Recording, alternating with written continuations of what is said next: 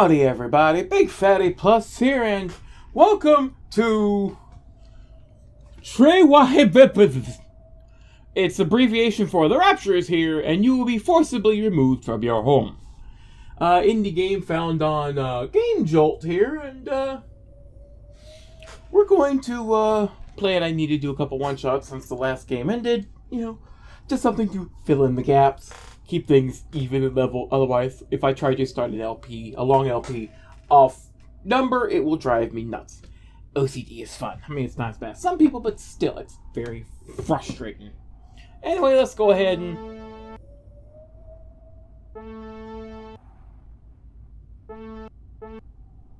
Okay, that's gonna be fun. That's let's see what's about. About? Game by Connor. Stories by H.P. Lovecraft. Okay, he likes the little clickables. So it's it. What's side to move? Mouse to look. Shift to run. Okay, this is that. What? No, Sam Hill.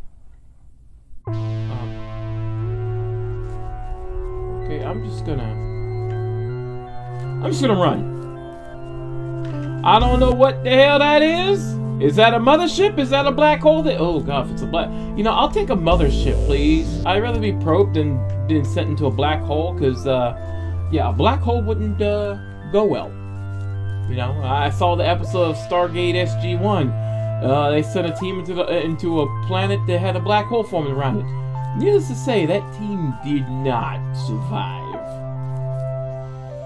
Almost took out planet Earth too, because the black hole suction started to reach through the Stargate.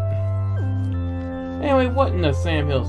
The natural leadership, which with my uncle procured the instruments from the laboratories of Brown University and the Cranston Street Armory, and instinctively assumed direction of our venture, was a marvelous commentary on the potential vitality and resilience of a man of 81. Elihu Whipple had lived according to the hygienic laws he had preached as a physician, and but for what happened later, would be here in full vigor today. Okay, whatever.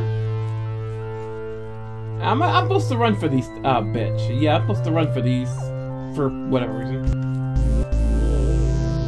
Yeah, I want to look at that. Every time I look at that, some nice whoom sound comes to my ear, and I don't like that sound, so I'm just gonna keep on running, because, I don't like it. What's the matter? You not like it? Yeah, I don't like it. Okay, let me get out the shadow of that big... Okay, look, I'm in the sun.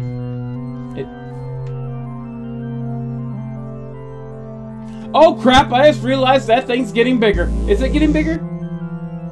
Yes, it's getting bigger. That's not good. That's not good. That's not good. What is this? What is this thing? What I heard in my youth about the shunned house was merely that people died there in alarmingly great numbers. That, I was told, was why the original owners had moved out some 20 years after building the place. It was plainly unhealthy, perhaps because of the dampness and fungus growth in the cellar, the general sickish smell, the drafts of the hallway, or the quality of the well and pump water. Oh, I can jump. I didn't realize that. Not that it's important at all. Okay, let's just go to that one. Yeah, that's not good. I guess I have a time limit of 20 minutes. I'm also looking over at my second screen. Yes, I have a second screen now. Yay! And, I'm checking on the recording. Yeah, that's not good. That's not good. I'm starting to think that's a black hole. They say it's a rapture. I think it's a black hole. I don't want to deal with no black hole. Okay? I don't want to deal with no black hole. I don't want to be ripped apart atom by atom. I'm pretty sure the existential pain would be worse than anything I'd ever felt. Because it would go beyond the physical pain. It would go to the mental, the spiritual, everything, you know. There's the sound of being ripped apart atom by atom. Doesn't sound pleasing! I mean, the thought of it isn't pleasing either, but the sound definitely is, you know, sitting there feeling it would be like someone surgically removing parts of your body, a square centimeter at a time with a very sharp scalpel, you know, and then going to the fingernails and slowly prying them from the nail bed of your fingers, and I just went so far with that. Had I, in full hideous fact, been drawn back to a pre-human world of 150 million years ago, in those dark, baffling days of the amnesia? Had my present body been the vehicle of a frightful alien consciousness from Paleogean gulfs of time? Had I, as the captive mind of those shambling horrors, indeed known that accursed city of stone in its primordial heyday, and wriggled down those familiar corridors in the lonesome shape of my captor? Were those tormenting dreams of more than 20 years ago the offspring of stark, monstrous memories?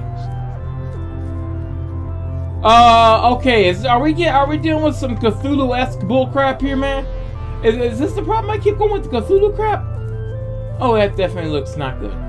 Bunch of circle of stones here. Yeah, let's go over and look at this. What's this? My name is Nathaniel Wingate Peasley, and those who recall the newspaper tales of a generation back, or the letters and articles in psychological journals 6 or 7 years ago, will know who and what I am. The press was filled with the details of my strange amnesia in 1908 until 1913. Oh, lovely. Okay, so Mr. Nathaniel Peasley, did you screw something up? Did you summon some eldritch abomination to our world? Did you? It was on Thursday, May 14th, 1908, Probably. that the queer amnesia came. The thing was quite sudden, though later I realized that certain brief, glimmering visions of several hours previous, chaotic visions which disturbed me greatly because they're so unprecedented, must have formed premonitory symptoms. My head was aching, and I had a singular feeling, altogether new to me, that someone else was trying to get possession of my thoughts. The collapse occurred around 10:20 a.m. I slumped down unconscious in my chair, in a stupor from which no one could arouse me. Nor did my rightful faculties again look out upon the daylight of our normal world for 5 years, 4 months, and 13 days. It is of course from others that I've learned what followed. Yeah, you activated something you didn't. You shouldn't have. You did done. This is the problem with living in the world. You have to worry about one of your fellow humans mucking up with something they shouldn't, and end up dooming the entire human species. See, we got this freaking black hole that could be, maybe it's not a black hole. Maybe it's a freaking gateway, and Cthulhu's gonna come out and freaking ravage us all with his tentacles. Is that what's gonna happen? Did someone open that door? I need to beat the living hell out of that person. At 3 a.m., May 15th, my eyes opened and I began to speak. But before long, the doctors in my family were thoroughly frightened by the trend of my expression and language. It was clear that I had no remembrance of my identity and my past, though for some reason I seemed anxious to conceal this lack of knowledge. My eyes gazed strangely at the persons around me, and the flexions of my facial muscles were altogether unfamiliar. Even my speech seemed awkward and foreign. I used my vocal organs clumsily and gropingly, and my diction had a curiously stilted quality, as if I had laboriously learned the English language from books. The pronunciation was barbarously alien, whilst the idiom seemed to include both scraps of curious anachronism and expressions of a wholly incomprehensible cast. Okay, lovely. The most merciful thing in the world? What? I think is the inability of the human mind to correlate all of its contents. We live on a placid island of ignorance in the midst of black seas of infinity, and it was not meant that we should voyage far. The sciences, each straining in its own direction, have hitherto harmed us little. But someday, piecing together of disassociated knowledge will open up such terrifying vistas of reality and of our frightful position therein, that we shall either go mad from the revelation, or will flee from the deadly light into the peace and safety of a new dark age. I shall never knowingly supply a link in so hideous a chain. I think that the professor too intended to keep silent regarding the part that he knew, and that he would have destroyed his notes had not sudden death seized him. Okay, yeah, apparently I got a lot of, I'm gonna call them threads, I'm just grabbing here. So it's lots of different people. It's like 3 or 4, 3 voices, but they mentioned a 4th person, so yeah, I'm just gonna go for this one. I think I have about maybe 10 minutes left before I'm forcibly ejected from my living space in a most horrid manner. It's a very interesting game. I'm gonna say, very interesting game. Am I at the border of everything here? Oh, there's some power lines over there. Let me get to the top of this here hill. Can I get up to the top of this here hill? The person I'm as right now, me, I do not have a decent jumping ability. I'm just gonna... My knowledge of the Thing began in the winter of 1927 with the death of my granduncle, George Gamble Angel, Professor Emeritus of Semitic Languages in Brown University, Providence, Rhode Island. Professor Angel was widely known as an authority on ancient inscriptions and had frequently been resorted to by the heads of prominent museums.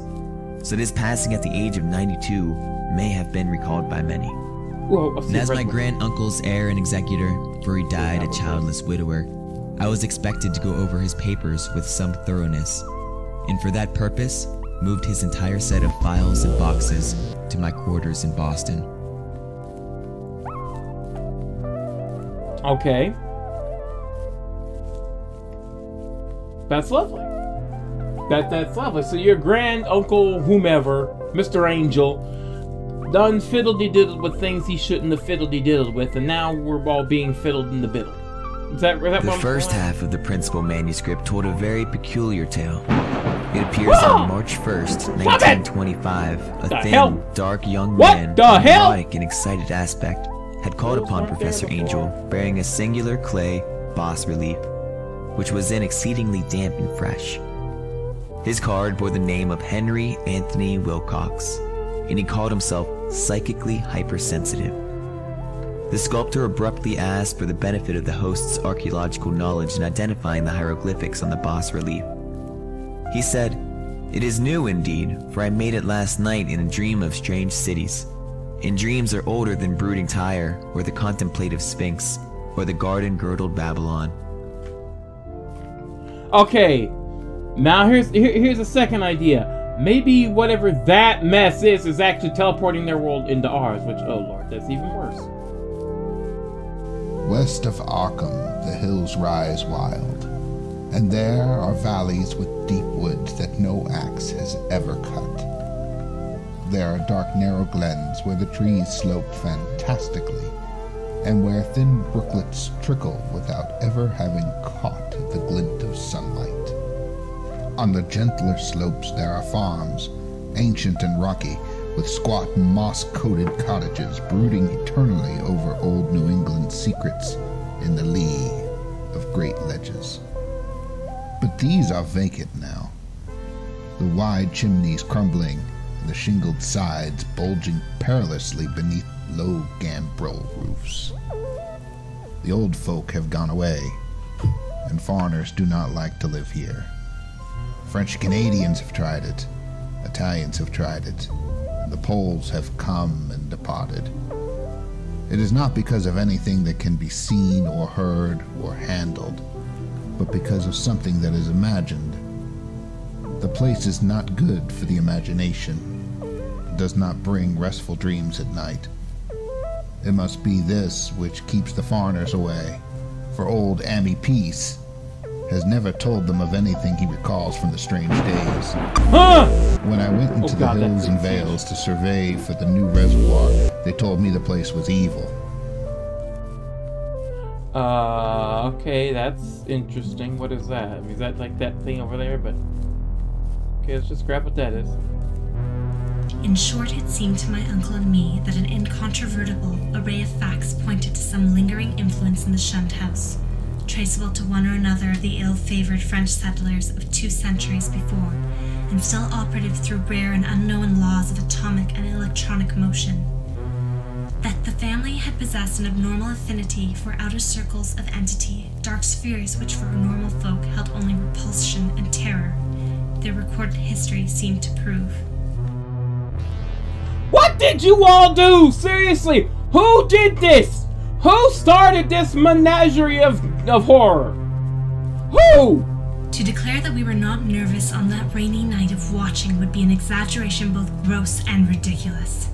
We were not, as I've said, in any sense childishly superstitious, But scientific study and reflection had taught us that the known universe of 3 dimensions embraces the merest fraction of the whole cosmos of substance and energy. In this case, an overwhelming preponderance of evidence from numerous authentic sources pointed to the tenacious existence of certain forces of great power, and so far as the human point of view is concerned, exceptional malignancy. Now, okay, not only is the thing bigger, but now there's more towers. I don't like this. I really don't friggin' like this. I really don't. No sirree do. No sirree bop. I don't like this. Alright, who is this? What did you do? Such a thing was surely not a physical or biochemical impossibility in the light of newer science, which includes the theories of relativity and intraatomic action. One might easily imagine an alien nucleus of substance or energy, formless or otherwise, kept alive by imperceptible or immaterial subtractions from the life force or bodily tissues and fluids of other and more palpably living things into which it penetrates, and with whose fabric it sometimes completely merges itself. It might be actively hostile, or it might be dictated merely by blind motives of self-preservation. In any case, such a monster must of necessity be in our scheme of things an anomaly, and an intruder whose extirpation forms a primary duty, with every man not an enemy to the world's life, health, and sanity. Okay, so you basically have realized there's some bullcrap in the universe that you don't need to mess with. And yet someone did. Because that's the only reason why it would be here. It was then that he began that rambling tale which suddenly played upon a sleeping memory and won the fevered interest of my uncle. There had been a slight earthquake tremor the night before, and the most considerable felt in New England for some years, and Wilcox's imagination had been keenly affected. Upon retiring, he had the unprecedented dream of great cyclopean cities, of titan blocks and sky-flung monoliths, all dripping with green ooze and sinister with latent horror. Hieroglyphics had covered the walls and pillars, and from some undetermined point below came a voice that was not a voice. Chaotic sensation which only fancy would transmute into sound, but which he attempted to render by the almost unpronounceable jumble of letters.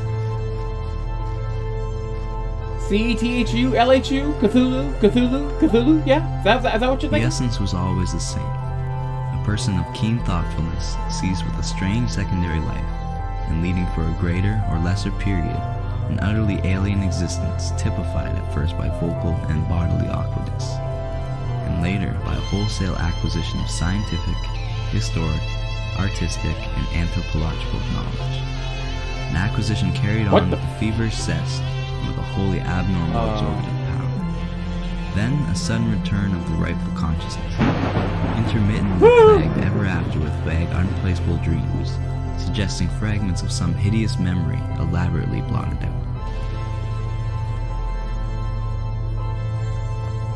out. These weren't here before, these weren't here before, these weren't here before. Please, okay, good, just no damage. These were not here before! Just so you know! Ah, crap, I'm stuck. Let's see if I could just, here we go. I think we have a scant few minutes left before everything hits the fan here. Let me get this one. Jump! There we go. Average people in society and business, New England's traditional salt of the earth, gave an almost completely negative result.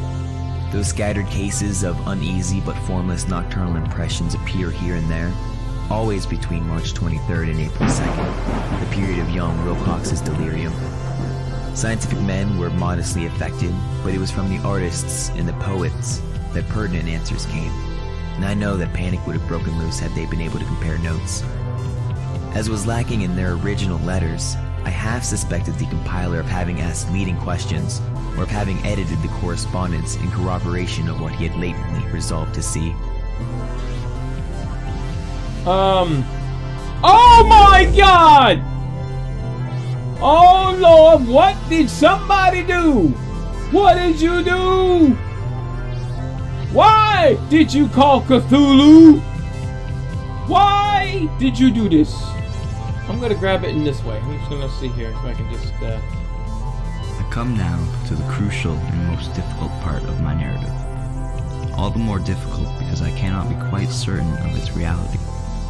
At times I feel uncomfortably sure that it is not dreaming, and it is this feeling, in view of the stupendous implications which the objective truth of my experience would raise, which impels me to make this record. Yeah, I think your record's about to end. I'm not going to get all of it because I think something bad is going to happen here in the scan few minutes. Primal myth and modern delusion join in their assumption that mankind is the only one, perhaps the least, of the highly evolved and dominant races of this planet's long and largely unknown career. Things of inconceivable shape they imply had reared towers to the sky and delved into every secret of nature, before the first amphibian forebear of man had crawled out of the hot sea 300 million years ago. Why am I seeing stars? Some had come down from the stars, a few were as old as the cosmos itself, and others had arisen swiftly from terrene germs as far behind the first germs of our life cycle, as those germs are behind ourselves.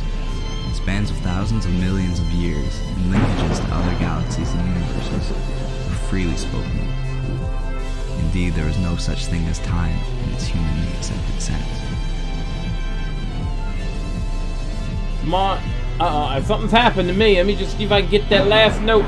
Most of the tales and impressions concern a relatively late race, of a queer and intricate shape, resembling no life form known to science, which had lived till only 50 million years before the advent of man. What? This, they indicated, was the greatest race of all, because it alone had conquered the secret of time. It had learned all things that ever were known, or ever would be known on the earth, through the power of its keener minds to project themselves into the past and future, even through gulfs of millions of years, and study the lore of every age.